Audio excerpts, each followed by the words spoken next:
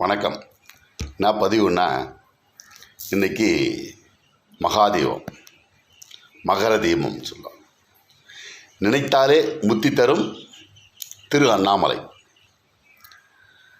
இன்றைக்கு தீப வழிபாடு செய்வது மிகச்சிறந்தது.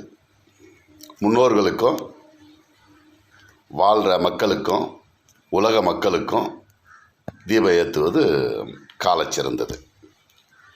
ஒரு காலத்தில் தீபம்னா திருவண்ணாமலை தான், அப்படிலாம் இல்லை.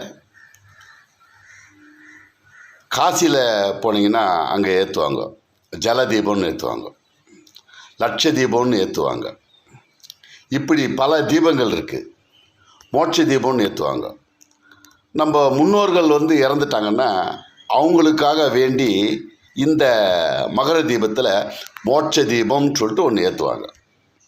நம்ம முன்னோர்கள் பெரியோர்கள் யார் யார் இறந்தாங்களோ அவங்களும் சேர்த்து ஏற்றுவாங்க. அதில் குறிப்பாக என்ன ஏற்றணும் அப்படின்னு கேட்டிங்கன்னா 27 மண் அகல் விளக்கில் ஏற்றணும். அந்த அகல் விளக்கை அப்படியே கீழே வச்சிடக்கூடாது.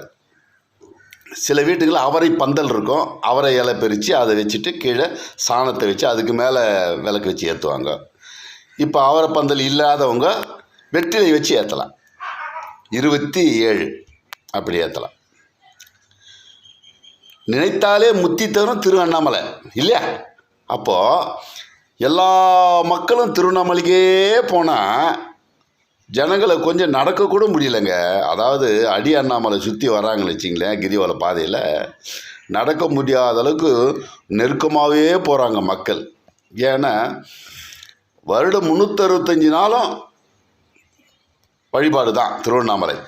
காசியில் எப்படி நினைக்கிறோமோ ஆண்டு ஒரு வருஷம் எப்போனாலும் போகலான்றமோ அதே மாதிரி நித்தியம்தான்.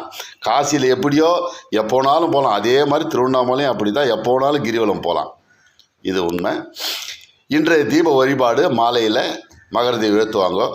நாங்கள் சிறுவயதாக இருக்கும்போது பருவதமலை அங்கே போய் பார்த்தோம்னா திருவண்ணாமலை தீபம் எரித்து நல்லா தெரியும். அன்னைக்கு நான் சொல்கிறேன் எப்போன்னா 1970. இன்றைக்கி எல்லாம் பருவதமலை எல்லாம் பேசி கிடக்குறாங்க. அது மாதிரி தீபம் ஏற்றலாம்.